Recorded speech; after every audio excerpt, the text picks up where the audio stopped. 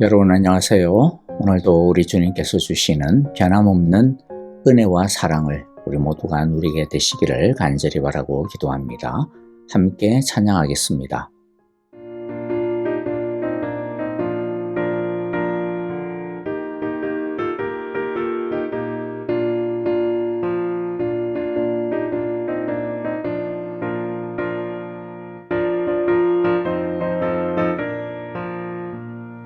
주님 약속하신 말씀 위에서 영원토록 주를 찬송하리라.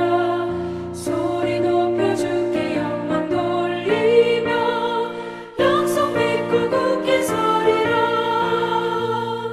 굳게 서리 영원하신 말씀 위에 굳게 서리. 말씀 위에 그 말씀 위에 굳게 서리라.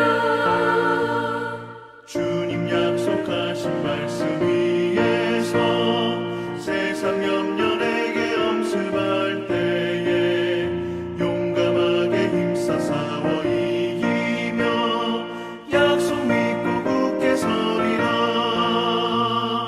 굳게 서리 영원하신 말씀 위에 굳게 서리. 말씀 위에 서리 그 말씀 위에 굳게 서리라.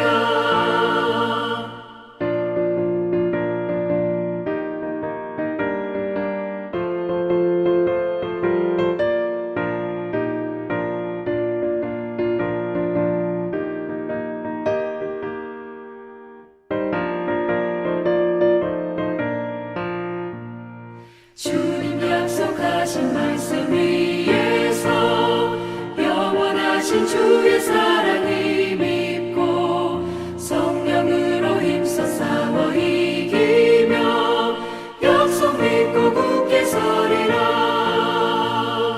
굳게 서리 영원하신 말씀 위에 굳게 서리.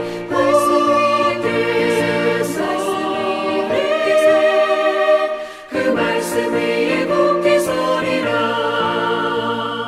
주님 약속하신 말씀 위에서 성령 인도하는 대로 행하며 주님 품에 항상 안식 얻으며 약속 믿고 굳게 서리라. 약속 믿고 굳게 서리 영원하신 말씀 위에 굳게 서리. 말씀 위에 굳게 서 그 말씀 위에 굳게 서리라.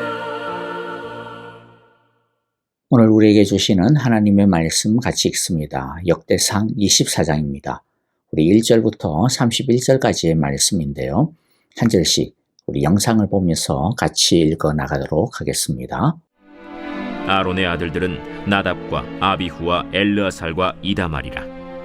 나답과 아비후가 그들의 아버지보다 먼저 죽고 그들에게 아들이 없으므로 엘르아살과 이다말이 제사장의 직분을 행하였더라. 다윗이 엘르아살의 자손 사독과 이다말의 자손 아히멜렉과 더불어 그들을 나누어 각각 그 섬기는 직무를 맡겼는데 엘르아살의 자손 중에 우두머리가 이다말의 자손보다 많으므로 나눈 것이 이러하니 엘르아살 자손의 우두머리가 16명이요 이다말 자손은 그 조상들의 가문을 따라 8명이라. 이에 제비 뽑아 피차에 차등이 없이 나누었으니 이는 성전의 일을 다스리는 자와 하나님의 일을 다스리는 자가 엘르아살의 자손 중에도 있고 이다말의 자손 중에도 있음이라. 레위 사람 느다넬의 아들 서기관 스마야가 왕과 방백과 제사장 사독과 아비아달의 아들 아히멜렉과 및 제사장과 레위 사람의 우두머리 앞에서 그 이름을 기록하여 엘르아살의 자손 중에서 한 집을 뽑고 이다말의 자손 중에서 한 집을 뽑았으니 첫째로 제비 뽑힌 자는 여호야립이요 둘째는 여다야요 셋째는 하림이요 넷째는 스오림이요 다섯째는 말기야요 여섯째는 미야민이요 일곱째는 학구스요 여덟째는 아비야요 아홉째는 예수아요 열째는 스가냐요 열한째는 엘리야십이요 12째는 야김이요 13째는 훗바요 14째는 예세브압이요 15째는 빌가요 16째는 임멜이요 17째는 헤실이요 18째는 핫비세스요 19째는 브다히아요 20째는 여헤스겔이요 21째는 야긴이요 22째는 가물이요 23째는 들라야요 24째는 마아시아라. 이와 같은 직무에 따라 여호와의 성전에 들어가서 그의 아버지 아론을 도왔으니 이는 이스라엘의 하나님 여호와께서 명하신 규례더라.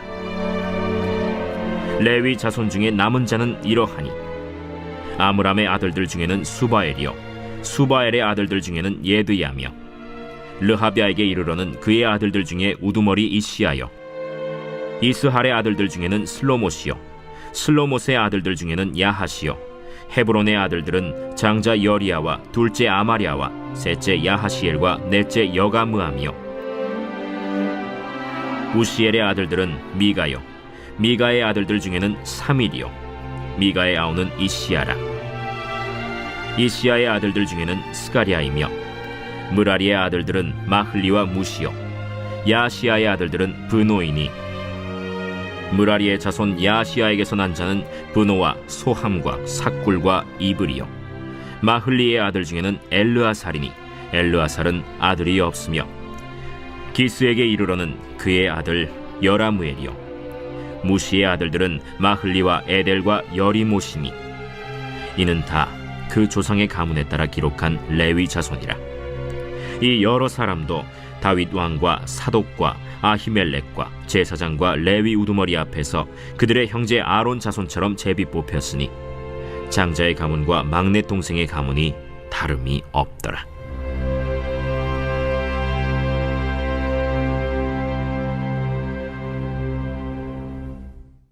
오늘 본문 1절부터 19절까지를 보면 제사장 직분을 맡은 사람들에 대한 명단이 나오죠. 그리고 20절부터 마지막 절까지는 레위 자손 중에 남은 사람들에 대한 명단이 기록되어 있습니다.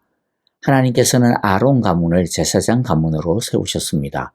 아론은 원래 4명의 아들이 있었습니다. 나답, 아비후, 엘르아살, 이다말입니다. 그런데 큰아들과 둘째 아들인 나답과 아비후가 먼저 죽게 되었고요. 그래서 이후에는 엘르아살과 이다말 후손만이 제사장의 역할을 이어가게 됩니다. 이 두 아들이 아버지보다 먼저 죽게 된 이유가 레위기 10장에 기록이 되어 있는데 제사장은 하나님께서 지정하신 규례를 따라 제사를 집례하며 하나님께서 명하신 말씀대로 성전에서 일을 해야 됩니다. 그러나 아론의 두 아들은 제사에 쓸 불을 번제단에서 가져다가 사용했어야 함에도 불구하고 어떤 생각으로 이같이 행동을 했는지 정확히 알 수는 없지만은 그들은 다른 불을 사용해 버렸습니다. 하나님의 말씀을 가볍게 여겼습니다.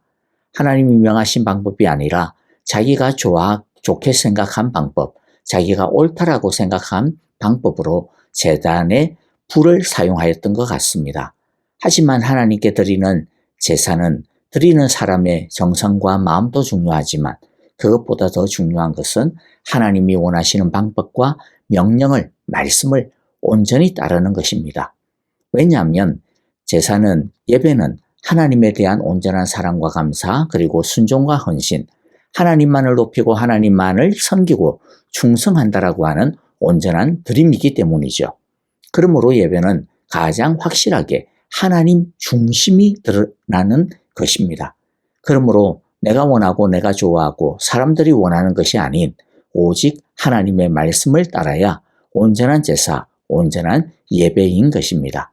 하나님의 말씀을 가볍게 여긴 이 두 사람을 향해 하나님께서는 하나님의 거룩함을 드러내지 않은 것이라고 친히 말씀하셨습니다. 그리고 하나님은 그 두 사람의 목숨을 거두어 갑니다.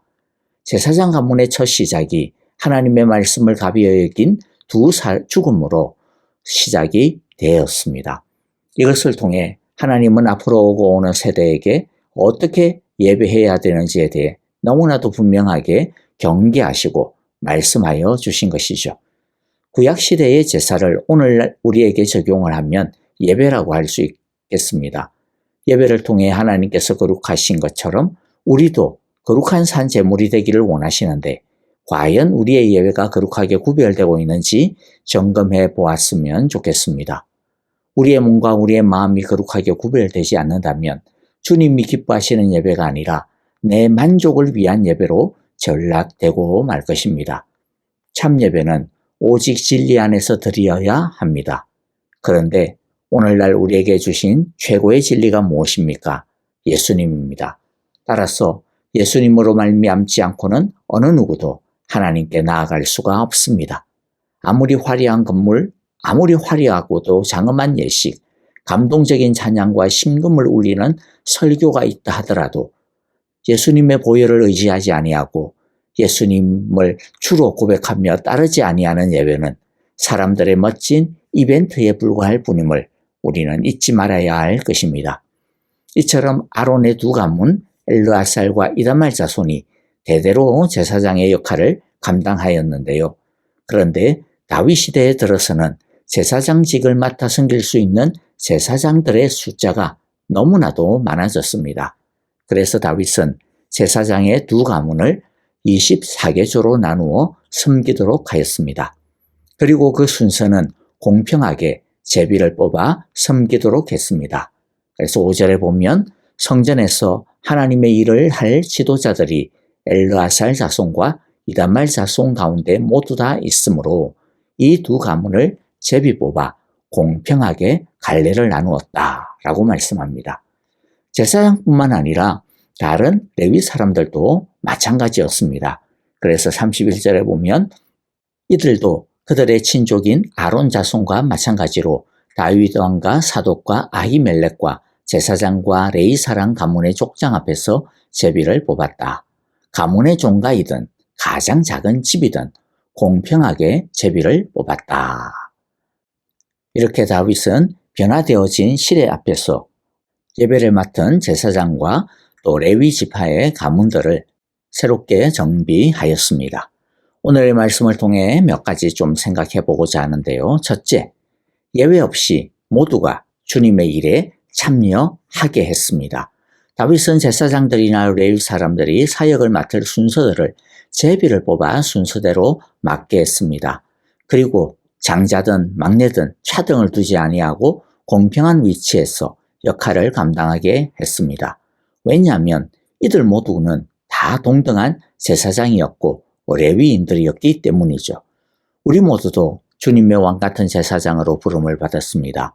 그러므로 우리도 어떤 자리에서 어떤 역할을 하든지 모두가 주님의 일에 함께함이 마땅할 것입니다.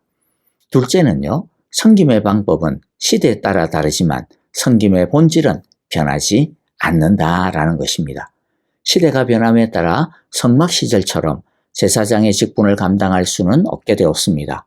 초창기에는 당연히 제사장의 숫자가 적었겠죠. 그러나 시대가 흐르면서 제사장의 숫자는 엄청 많아졌습니다.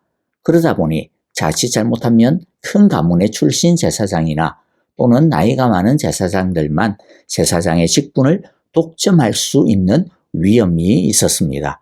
그래서 다윗은 가문과 상관없이 무조건 제비뽑기를 통해 사역을 공정하게 분배했습니다. 또 레위인의 직무도 시대에 따라 변화가 생기게 되었죠. 이전 성막 시절에는 성막을 옮겨 다니는 것이 굉장히 중요한 일이었고 또 많은 손이 필요한 사역이었습니다. 그러나 이제는 더 이상 옮길 필요가 없는 성전의 시대가 되었죠. 그래서 이전에 중요하게 여겨졌던 성막을 옮기는 일은 이제 아예 사라져버리게 되었습니다. 그래서 다윗은 레위인들의 사역 분담을 시대에 맞게끔 재편합니다. 하나님은 다윗의 이러한 새로운 시도들에 대해 아무런 질책을 하지 않으시고 도리어 그러한 시도들이 쭉 이어지도록 했습니다.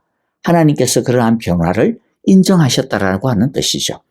하지만 사역의 본질은 전혀 변하지 않았습니다. 19절에 보면 제사장의 직무를 24개주로 편성하고 난 다음 이들이 어떻게 사역을 했는지 그리고 또 레위인들이 어떻게 사역을 했는지를 정리해주고 있는데요. 19절 그들은 하는 일에 따라 주님의 성전에 들어가서 주 이스라엘의 하나님께서 그들의 조상 아론을 시켜서 지시하신 규례대로 직무를 수행하였다. 그러니까 방법은 바뀌었지만 그러나 그들이 주님의 성전에 들어가서 하는 그 본질은 말씀에 따르는 것이었다라는 것이죠. 그 말씀에서 한치도 어긋남이 없었다라고 하는 것입니다. 이것은 오늘날 우리 시대에도 그대로 적용할 수 있을 겁니다. 예를 들면요. 몇 년 전에 우리는 팬데믹이라고 하는 유례없는 시절을 보낸 적이 있습니다. 그때 한동안 우리는 주일에 교회에 와서 예배를 드릴 수가 없었죠. 그때 우리는 온라인 예배라고 하는 새로운 방법으로 예배를 지속했습니다. 물론 온라인 예배가 함께 모여 서로의 얼굴을 맞대고 서로의 온기를 느끼며 드리는 공동체 예배와는 너무나 다르고 또 어떤 면에서는 아쉬운 점들이 분명히 있는 방법이긴 했습니다. 하지만 새로운 시대에 우리는 예배의 다양한 변화를 시도했습니다. 그리고 교회의 음악 같은 것도 하나의 예가 될 수 있을 것 같아요. 음악의 방법은 세대에 따라 얼마든지 변화될 수 있는 것이죠. 하지만 중요한 것은 예배의 본질과 예배의 마인드는 절대로 변할 수 없는 것이라는 것입니다. 온라인 예배든 현장 예배든 또는 어떤 다른 방식의 예배든 또 어떤 곳에서 예배를 드리건 하나님을 높이고 하나님을 경배하며 오직 하나님 앞에 엎드린다라고 하는 예배의 본질은 절대로 훼손되어져서는 안 되는 것입니다. 오히려 우리가 더 온전하게 하나님을 높이고 하나님을 더 사랑하고 하나님을 더 잘 섬기기 위한 시도로 다양한 방법들이 필요할 뿐인 것이죠. 절대로 주객이 뒤바뀌어져서는 안 되는 것입니다. 또 어떤 방식이든 어떤 장소건 예배를 통해 한 하나님을 모시고 우리가 더 뜨겁게, 더 진실하게, 더 친밀하게 사랑을 나누는 형제 자매의 예배가 되어져야 된다라고 하는 본질 역시 변함이 없어야 하는 것입니다. 그러므로 우리는 앞으로도 어떻게 하면 우리가 더 하나님을 잘 예배할 수 있을까? 어떻게 하면 더 변화하는 세대에게 하나님을 더 잘 전할 수 있을까? 이런 것들을 계속 고민하면서 항상 개혁하고 새롭게 경신할 수 있는 열린 자세들을 가져야 할 것입니다. 사실 사람은 누구나 그냥 익숙한 것을 편애하고 좋아합니다. 그런데 그렇게 익숙한 것에만 머물러 있게 되어지면 교회는 순식간에 변화하는 세대와 사회로부터 멀어지게 되어지게 됩니다. 교회는 계속해서 새로운 사회와 세대 속으로 파고 들어가야 합니다. 교회는 믿지 아니하는 사람들을 기다리고 앉아 있으면 절대로 안 됩니다. 예수님께서 하나님의 영광의 자리를 떠나 이 세상 속으로 들어오셨잖아요. 예수님도 세상 속으로 들어오셨습니다. 마찬가지로 교회도 세상 속으로 먼저 들어가야 됩니다. 복음으로 세상을 바꾸어야 됩니다. 그러기 위해서는 새로운 시대와 사회, 세대에 적합한 방식으로 우리는 끊임없이 갱신해야 합니다. 이것은 선택이 아닙니다. 땅끝까지 복음을 전하기 위한 필수 조건입니다. 그러나 우리는 복음의 본질을 훼손시켜서는 안 됩니다. 방법을 바뀌었다고 해서 옷을 바꿔 입었다고 해서 본질이 바뀌어져서는 안 되는 것이죠. 사람들이 좋아하는 사상과 유행으로 복음의 핵심을 바꾸어서는 안 됩니다. 우리는 사람들이 듣기 좋아하든지 아니하든지 사람 눈치 보지 말고 오직 우리의 유일한 구원자는 예수님밖에 없다. 예수님이 아니고서는 구원에 이를 수 없다. 하나님에게 나아갈 수 없다. 생명의 진리는 오직 하나님의 말씀밖에 없다. 성경밖에 없다. 우리는 오직 하나님 한 분만을 섬겨야 한다. 라고 하는 이 복음을 성경에 있는 그대로 전하고 가르쳐야 하는 것입니다. 말씀을 마무리합니다. 시대에 따라 복음의 옷은 달라지겠지만 복음의 본질과 정신은 그 어떤 어려움과 위험이 있어도 바꿀 수 없음을 우리 모두 늘 기억하면서 왕 같은 제사장으로 부름받은 우리의 직무를 온전히 행하는 우리 모두가 되어지기를 간절히 기도하고 축복합니다. 아멘. 오늘 우리에게 주신 귀한 말씀들 마음 가운데 다시 한 번 더 새기면서 함께 기도하도록 하겠습니다. 교회를 위하여 기도합니다. 오늘 말씀처럼 주님 우리가 이 시대와 세대를 위하여서 우리가 복음의 옷은 늘 갈아입고 새롭게 할 수 있는 열린 자세를 갖게 하시고 하지만 복음의 본질은 사람이 좋아하는 것에 따라, 사람이 듣기 좋아하는 것을 따라 함부로 바꾸고 함부로 옮겨 다니는 그러한 일이 없도록 복음의 본질은 목숨을 걸고 끝까지 말씀 그대로 지켜나가는 우리 모두가 우리 사랑의 교회가 되게 하소서라고 우리 함께 기도하기를 원합니다. 형제자매들을 위하여 기도합니다. 우리 아프신 성도님들 생각하시면서 간절하게 기도하고요. 선교사님들을 위하여서도 우리 함께 기도하고, 특별히 오순절, 다음 주에 있을 오순절 성령 충만 릴레이 기도를 위하여서, 다니엘 금식 기도 위하여서 여러분들 함께 기도하시고, 또 모두가 다 함께 참여하여서 우리 정말로 성령의, 우리 가운데 이미 임하신 그 성령님이 잠자는 성령님이 아니라 살아 역사하시는 충만한 영으로 일하시는 그러한 성령의 체험이 있는 우리 모두가 되어질 수 있도록 함께 기도하기를 바랍니다. 다 함께 찬양하며 기도하겠습니다.